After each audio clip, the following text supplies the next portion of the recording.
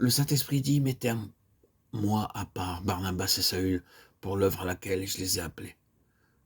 Alors après avoir jeûné et prié, ils leur imposèrent les mains et les laissèrent partir. Barnabas et Saül, envoyés par le Saint-Esprit, descendirent à Séleucie, Acte 13, 1 à 4. Ils mirent à part Paul et Barnabas. Et il est écrit concernant ces deux hommes qui étaient envoyés par le Saint-Esprit, ils descendirent à Séleucie.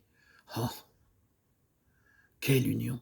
Quelle union! Le Saint-Esprit dans le ciel fait une partie du travail et l'homme sur la terre fait l'autre partie. Cette sainte association avec le Saint-Esprit dans son œuvre nous rend conscients de nos responsabilités et nous pousse à l'action.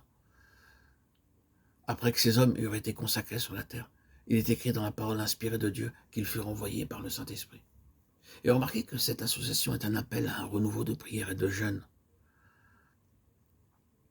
Depuis un certain temps, peut-être depuis quelques jours, ils avaient servi le Seigneur dans leur ministère et jeûné. Et le Saint-Esprit parle, et ils doivent faire le travail, s'associer. Sur l'heure, ils se rassemblent pour prier et jeûner encore. Voilà dans quel esprit ils obéissent au commandement du Seigneur. Et ceci nous enseigne que c'est non seulement au début de notre travail chrétien, mais pendant toute la durée de notre ministère, que nous avons besoin de puiser notre force dans la prière.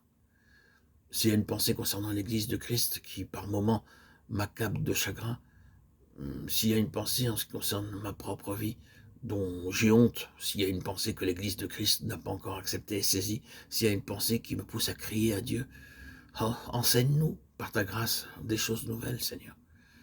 C'est ici la pensée de la merveilleuse puissance que la prière doit avoir dans le royaume de Dieu, dans notre propre vie.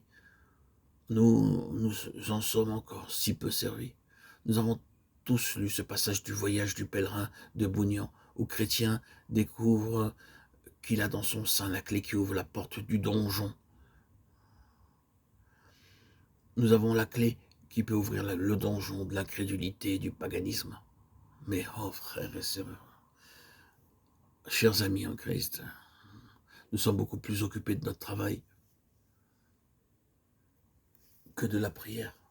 Nous croyons plus efficace de parler aux hommes que de parler à Dieu. Apprenons de ces hommes que l'œuvre que le Saint-Esprit nous commande de faire doit nous appeler à un renouveau de jeûne et de prière, à une nouvelle consécration à Dieu et à une nouvelle union avec lui. Ces hommes s'adonnèrent au jeûne et à la prière.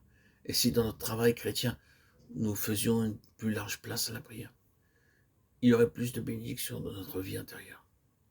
Si nous sentions, prouvions et rendions témoignage au monde que notre seule force consiste à garder à chaque minute le contact avec Christ, ce qui permet à Dieu de travailler en nous à chaque minute.